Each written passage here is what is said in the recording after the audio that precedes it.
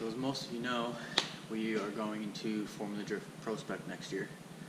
Driver's list has been out for a little while now, but I've been busy doing networking stuff, email stuff, went to PRI, so we've been kind of concentrating on that side of things, but we are taking our E36.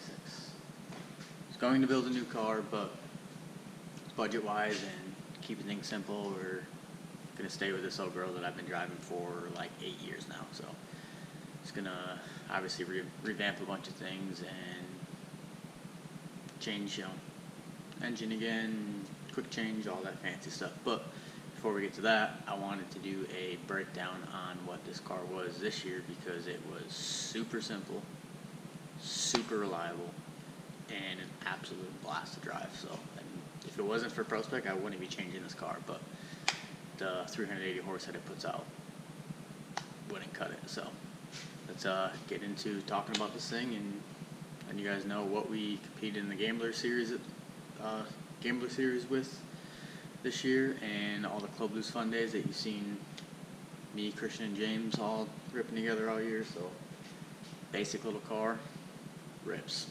Alright, so to do a quick rundown on the car, basically it's going to do bigger components like engine, trans, stuff like that, just because a lot of people still think that this is still the 4-way stroker from Golan that we had in last year, but it's actually not. It is a LQ4. Little things done to it, nothing major. It makes 380 wheel, 376 torque. Got a spicy turbo mic tune on it. That's why it makes all the bangs and pops and pretty much everything that he's known for. So I kind of just wanted to do a breakdown because I absolutely love driving this car. This car was so much fun. It was decent on consumables. I mean, it still went through a ton of tires depending on how you drive it, but it was way easier on stuff than the 408 was. But most people thought it was the 408 because of how it drove and how it sounded and all that, but I just wanted to dive into the engine bay and show you what it's about. So there she is. Not the 408 stroker. 6.0 LQ4, small lift cam, like 525 lift. I think 114 lobe separation, nothing wild. LS7 lifters, did the trunnion upgrade. LS1 intake, and bigger injectors just because we're on the 85, so we needed more flow. But other than that, the thing is basic, man. The thing is so basic. There's literally nothing fancy to this. Made 380 wheel, 376 foot-pounds of torque, and absolutely ripped. Absolutely ripped. This setup was like perfect for E-Town. I mean, I got the dog box in it, so that obviously helps to drive it harder and all that, but this car was so much fun. Such a blast. I mean, it was enough to be super rowdy, but still tame to, if I want to, kind of just do a slow second gear lap, I can take some grip out of the car and it'll do it no problem. So, like I said, most people thought this thing was, the 408 stroker that made a bunch of power, but it's not. Little stock 6.0, and I love this thing, man. This thing is going to stay as is and just sit on a stand because it's going to go back in something.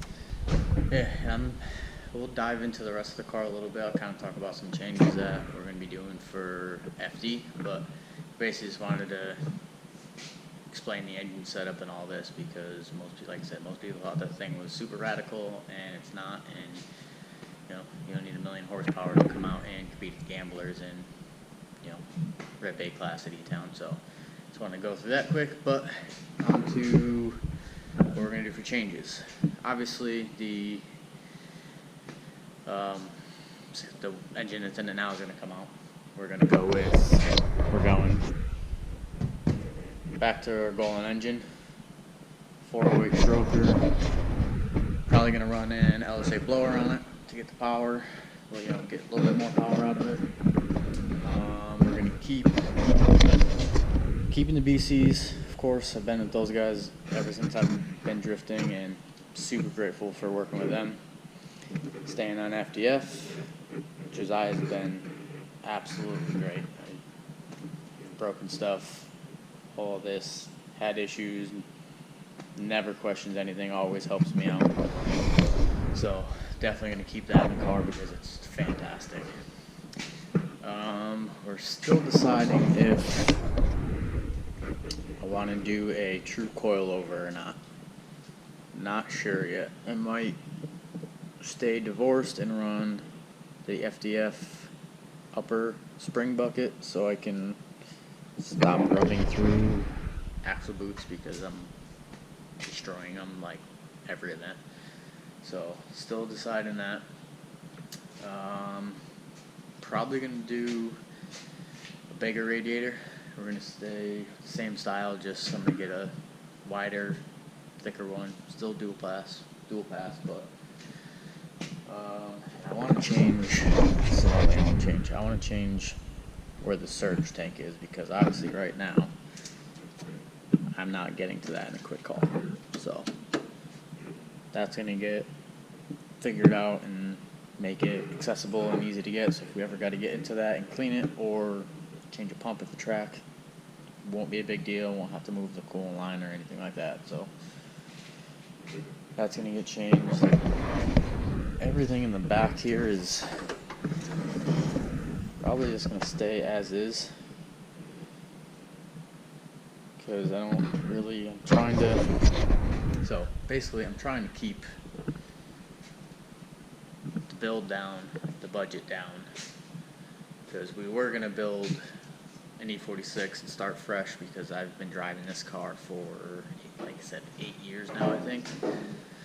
So obviously I've learned a ton since when we first put this car together.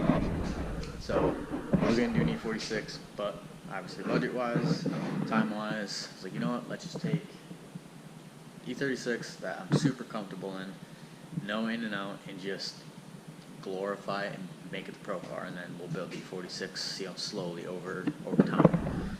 So I'm just going to keep the major stuff as is, and we're going to do, like I said before, a Golden engine, put Link ECU in it,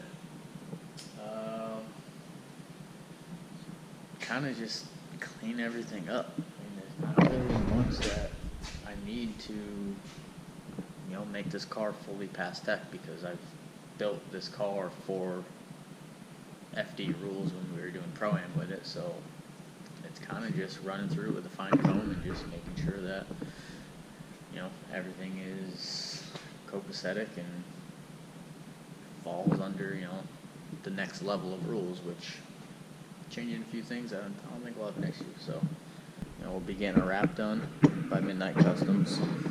So we'll have a little bit different look to the car, but it's going to be orange. That ain't changing.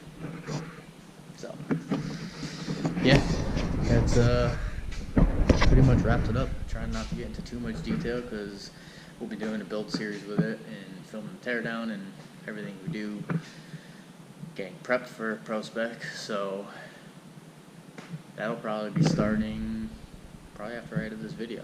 So stay tuned and we'll catch you.